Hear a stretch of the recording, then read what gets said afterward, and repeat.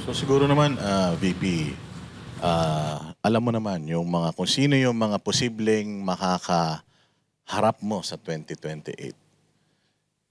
Yung mga nagawa mo sa Davao City, do you think yun yung edge mo para manalo sa 2028? Ang edge ko is yung kakayahan ko na gumawa ng mga mahirap na bagay. Ah, yun yung core ko talaga. Core competency ko. Kasi, unang-una, hindi mo ako madaling matakot eh. Tatay ko nga, si President Duterte, pero hindi ako natatakot sa kanya eh.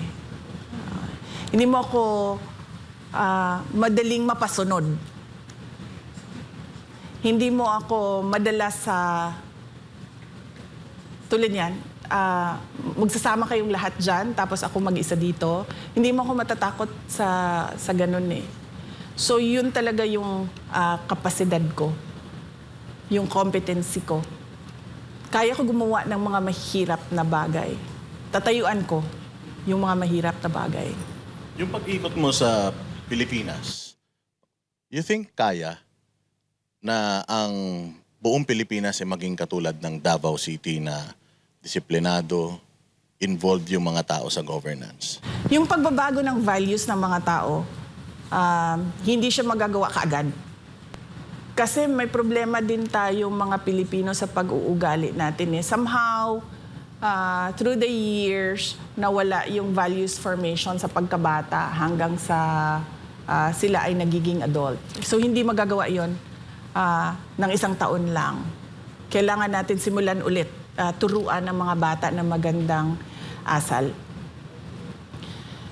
Noong nakaraang taon, nagtanong-tanong na rin ako sa mga experts, kumbaga sa iba't ibang sektor, sa iba't ibang industriya. Tinatanong ko sila, sitwasyon natin ngayon, nakikita nyo naman, sitwasyon natin ng bayan ngayon. Sabi ko, kaya ba natin baliktarin? Sabi nila, kaya yan, basta lang matapang yung mag-implement. At pangalawa, yung tightening of the belt ba, magtitipid talaga sa gastos. So yun yung naibigay na, kumbaga, quick assessment sa akin. So kaya, banat ba yun?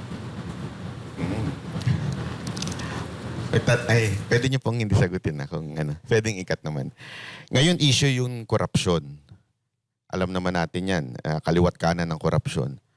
Ano ang magiging solusyon ninyo kung sakaling kayo maging Pangulo sa issue ng korupsyon? Unang-una, ano talaga yan eh, yung kamay na bakal sa mga nasa ilalim, hindi mo palalampasin. Kumbaga, pag merong ginawa, alis kagad, palitan kagad. Hindi na yung pag-uusapan pa, itatago pa. Hindi ganun. Diretso, one shot lang. Ikaw may ginawa na pangungurakot, malis ka na dyan. Ganon. Hindi siya dapat patawarin, hindi siya dapat pinapabayaan, at hindi siya dapat na hindi pinapansin. Na kumbaga parang wala lang. Dapat pag merong nangyari, alis, palitan nyo yan. Punta na tayo dun sa mga reactions ng mga nasa social media. O lalong-lalo na nung mga ayaw kay VP at nabulabog doon sa inyong pagde-declare. Sabi nila kulang daw yung paghingi mo ng apology. Dapat daw mag-apologize ka doon sa mga remarks mo against the president and yung iba pang mga sinasabi nila na nagawa mo. Bakit ako mag-apologize sa remarks ko sa Pangulo? Hindi nga sila nag-apologize sa ginawa nila sa akin. Documented ang mga threats sa akin.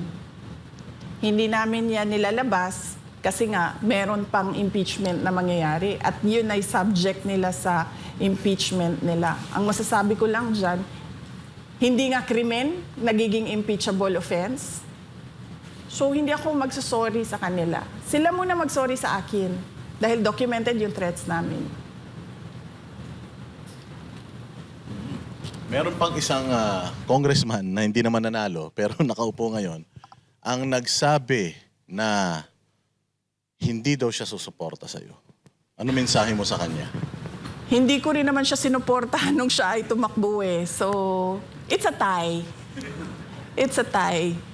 Nauna na akong hindi sumuporta sa kanya. And yung sa sinasabi naman nila na personal interest lang daw yan. Ambition without accountability. Hindi ko maintindihan, ano ba sinasabi nila na walang accountability? May 4 sila na impeachment complaints, 'di ba? Araw-araw nila tinetreten na iimbestigahan, magta-trial, i-impeach. So hindi ko alam saan doon ang walang accountability. Nung meron namang nag-file ng impeachment complaint, ano ba sinabi namin? We are prepared to answer it during trial.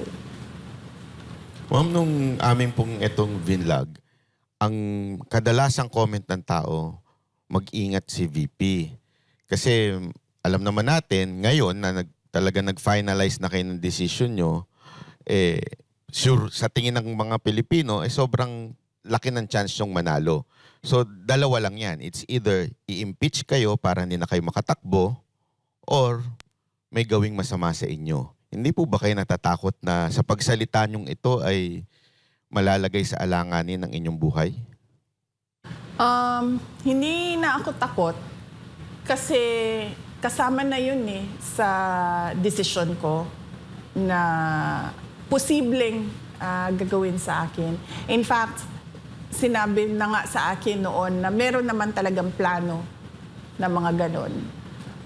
So, hindi na ako takot kasi ano na yun kumbaga kalakip na yun sa desisyon na ginawa ko. Hindi siya pwedeng mahiwalay doon sa desisyon ko So, hindi pwedeng nag-decide ako tatakbong president pero matatakot akong patayin ako. Hindi na. So, kinalimutan ko na yun. Wala na yan. Yung pagka panalo naman, Diyos na ang sasagot nun. Kasi nga sabi ng Diyos, di ba? Magplano man ang tao, pero ako pa rin ang masusunod. So, nagplano ako, natatakbo akong Pangulo. Sinunod ko kung ano yung hinihingi ng taong bayan. Diyos na ang bahala kung ano yung mangyayari sa susunod. Ano ba, Banat? May bagay na maging VP, si VP. Sino? May bagay si Pastor. Maging VP. Actually. Pero, VP, hinga namin kayo ng mensahe para sa mga kababayan natin na nawawalan na ng pag-asa, saturated na, napapagod na political, tsaka pagod na rin sa mga nararanasang paghihirap dito sa ating bayang Pilipinas. Sa mga kababayan natin na dumadaan sa hirap, kung ano man yon, sa personal man, sa trabaho man, o yung hirap ninyo sa politika o sa mga dinadaanan ng bayan natin, magtiwala kayo sa Diyos. Lagi kayong magdasal na bigyan kayo ng lakas at ng kaalaman, strength and wisdom, at bigyan kayo ng grace na tanggapin kung ano yung nangyayari sa buhay ninyo. At pag merong nangyari na hindi maganda sa buhay ninyo, isipin nyo na lang na mas matindi yung nangyari. Mas matindi yung nangyari sa buhay ko. So, hindi yan ang katapusan ninyo. Kasi merong isang tao na mas matindi pa ang dinaanan, pero hinding-hindi mag-give up.